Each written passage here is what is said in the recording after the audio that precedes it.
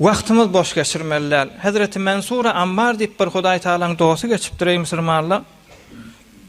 Forsatyň gadryny bilme barada Mansura Ammar diýen bir Hudaýyň dogusy dogasy kabul bolardy diýe ben oxudan. Şoň wagtynda bir gurrunma aýsam beter awadan bolar. Bir jawan oglanmady diýe zol Hudaý saklasyn içgini içip duran şarap, hamra mubtala bir jawan oglanmady diýe.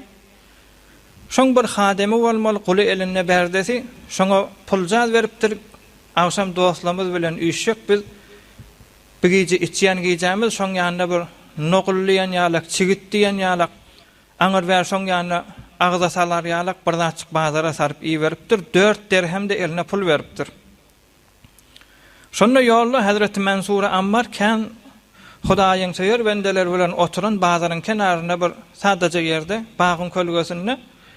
Şonda ýanky jawan oglan berde iki jawan oglany aňyr ber aljak diýip baran adam ýa-me diýişi derwiş, şu Mansura Ammar ýakasy belli adam, şundan bir istifade deýin.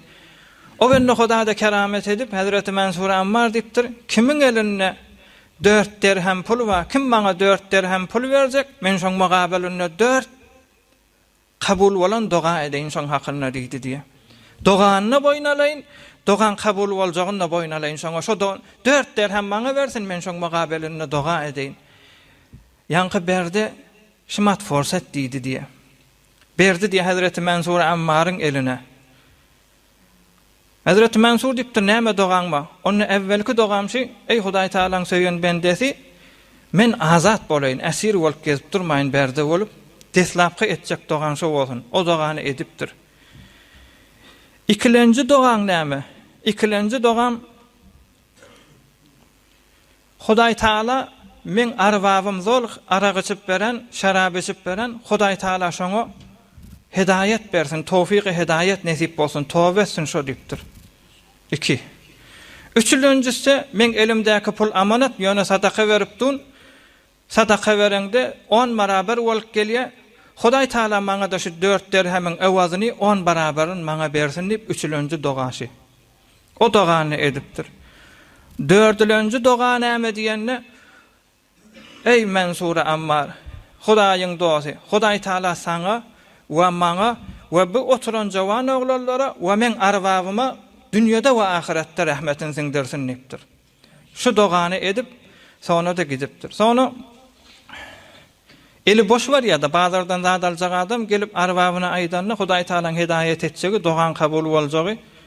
Şonda arwabyna şu şeýle gurrun boldy diýenne özi ýüregine Hudaý Taala ýanky dogalaň kabul bolup ýolaşjagy.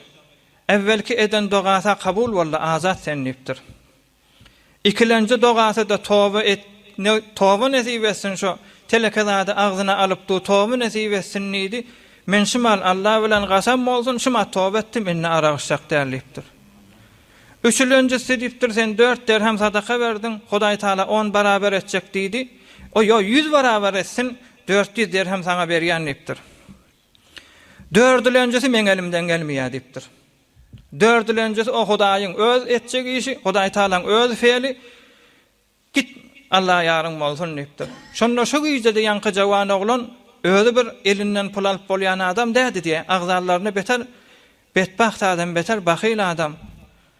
Şu güýje Hudaý tarapdan diýişine ses geldi diýe, ey bahyllyk bilen, şu betbahtlyk bilen, şu bahyllyk bilen öz elinden gelen zady etdiň, biz inheme keremimiz bilen, syýlagymyz bilen dördüncüni bitirýäs. Sen we ýanky hademiň berden we Hazreti Mansura Ammar we şoň hem mejlisleriniň hemmesini dünýede we ahiretde rahmetine sallyk diýdi.